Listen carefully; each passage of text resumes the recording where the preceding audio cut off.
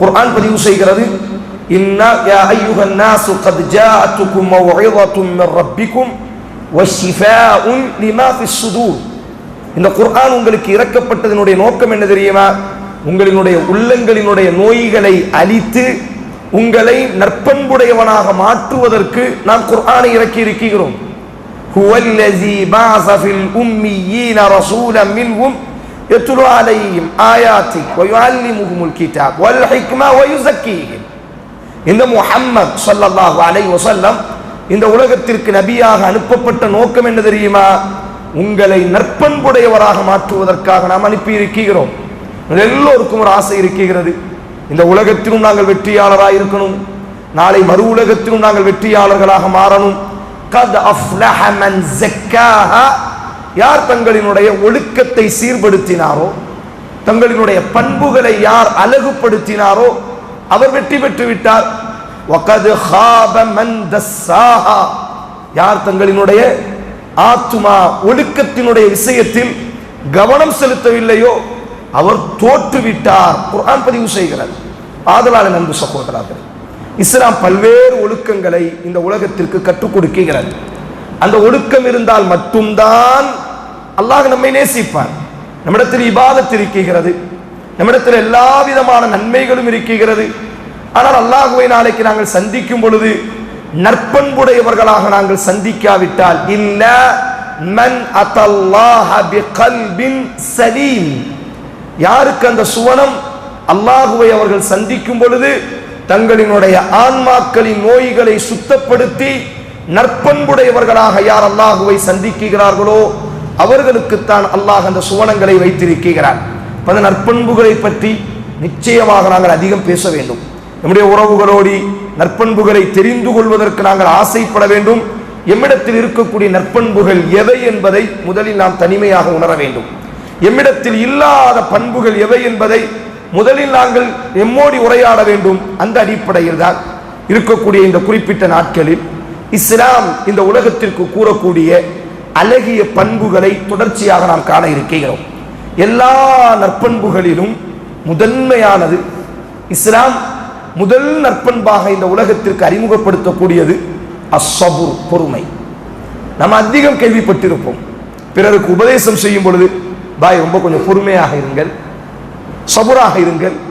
அதிகம் நம்முடைய வாழ்க்கையில் பொறுமையை பற்றி நாம் கேள்விப்பட்டு இருப்போம். ஆனால் பொறுமை என்றால் என்ன? அஸ்ஸபுரு ஸலாஸத்து அன்வாஇ, பொறுமை என்பது மொத்தம் 3 வகைப்படும். அல் அவ்வல், முதல் பகுதி அல்லாஹுவை வணங்கக்கூடிய விஷயத்தில் நாங்கள் பொறுமையாக இருந்தோம். அல்லாஹ் என் மீது பல்வேறு கடமைகளை அல்லாஹ் விதித்திருக்கிறார். என் மீது அல்லாஹ் ரப்புல் ஆலமீன் பல்வேறு கட்டளைகளை அல்லாஹ் சுமத்தி இருக்கிறார். எத்தனை சகோதரர்கள் இரவு தொழுகை அல்லாஹ்வுடைய மஸ்ஜிதுகளில், ஒரு புறம் உலகத்தில் ஒரு பெரிய இடம், ஒரு பெரிய மக்கள் இரவு தொழுகை இல்லாமல் கண்ணீரோடி வாழ்ந்து கொண்டிருக்கிறார்கள். இனி ஒரு புறம் அல்லாஹ் ரப்புல் ஆலமீன் இரவு தொழக்கூடிய ஒரு நல்ல சுதந்திரத்தை அல்லாஹ் நமக்கு ஏற்படுத்தி இருக்கிறார். இவர் எத்தனை சகோதரர்கள் இரவு தொழுகிறோம், தராவீஹ் தொழுகிறோம், சாதாரணமாக கடந்து விட்டு செல்கிறோம். நாங்கள் எல்லாம் வீட்டில் தொழக்கூடிய மக்கள். அல்லாஹ்விற்கு தெரியும் இவர் எத்தனை நபர்கள் வீட்டில் தொழுகிறோம். இந்த உம்மத்தினுடைய ஃபத்வா என்ன தெரியுமா? இமாம் புகாரி, இமாம் முஸ்லிம், இமாம் ஷாஃபிஈ, இஜ்மாஉல் உம்ம ஷேகுல் இஸ்லாம் இப்னு தைமிய்யா ரஹிமஹுல்லாஹ் சொல்வார்கள், இந்த உம்மத்தில் தோன்றிய எல்லா மார்க்க அறிஞர்களும் ஏகோபித்து சொன்னது ரமதானினுடைய மாதத்தில் பள்ளிவாசலில் இரவு தொழ வேண்டும். ரசூலுல்லாஹி ஸல்லல்லாஹு அலைஹி வஸல்லம் இமாம் திர்மிதி பதிவு செய்கிறார்கள், இமாம் இஷாவை நிறைவேற்றுகிறார். இஷாவிற்கு பிறகு இமாம் இரவு தொழுகை வைத்தால் அந்த இமாமோடி நின்று யார் இரவில் தொழுவார்களோ ஒரு சிறிது நேரம், ஒரு அரை மணி நேரம் இமாம் தொழ வைப்பார்கள், அல்லது ஒரு 3/4 மணி நேரம் இமாம் அவர்கள் தொழ வைப்பார்கள்.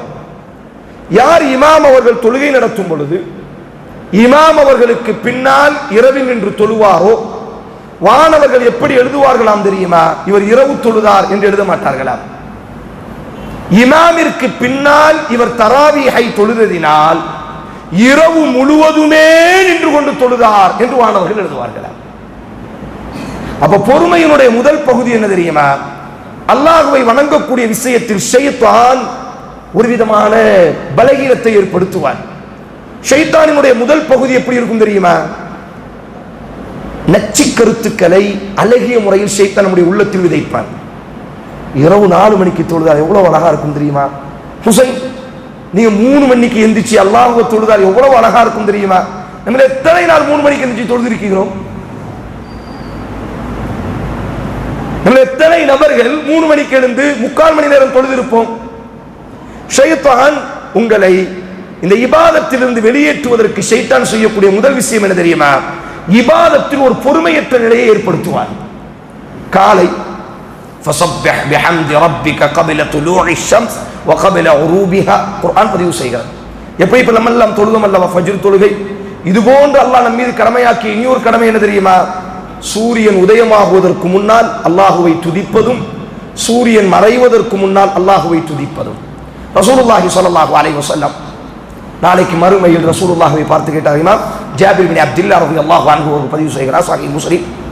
நாளைக்கு மறுமையில் அல்லாஹ்வின் தூதரே, யா ரசூலல்லாஹ், நாளைக்கு மறுமையில் நாங்கள் அல்லாஹ்வை காண முடியுமா? அல்லாஹ்வின் தூதரே, நாளைக்கு மறுமையில் எங்கள் ரப்பை நாங்கள் காண முடியுமா? ரசூலுல்லாஹி ஸல்லல்லாஹு அலைஹி வஸல்லம் சொல்வார்கள், 14ஆம் இரவு சந்திரனை காண்பதற்கு நீங்கள் சிரமப்படுகிறீர்களா?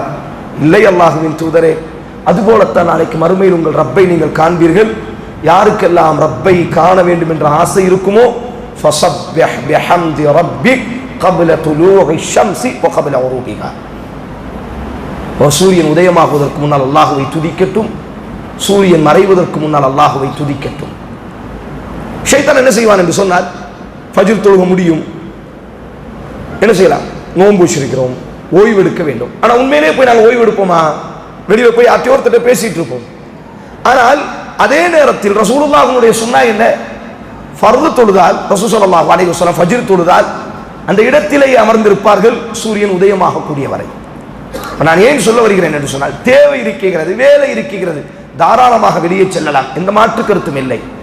ஆனால் பொறுமையினுடைய முதல் பகுதி எதுவாக இருக்க வேண்டும் என்றால், இபாதத்துகளை அல்லாஹ் நம் மீது கடமையாக்கி இருக்கக்கூடிய செயல்களை செய்யும் பொழுது அதில் பொறுமையாக இருப்பது, அதில் வரக்கூடிய அந்த சங்கடங்களை தாங்கிக் கொள்ளுதல், அதில் இருக்கக்கூடிய கஷ்டங்களை பொறுத்து கொள்ளுதல், பொறுத்து கொண்டு இபாதத்து செய்தல், இது பொறுமையினுடைய முதல் பகுதி. அஸ்ஸானி, இரண்டாவதாக பொறுமை என்றால், அல்லாஹ் நமக்கு பல்வேறு தடைகளை அல்லாஹ் விதித்திருப்பார்.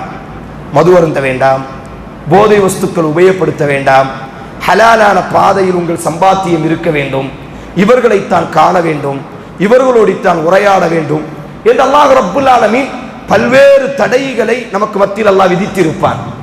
இந்த தடைகளை பின்பற்றக்கூடிய விஷயத்தில் நாங்கள் பொறுமையாக இருக்க வேண்டும்.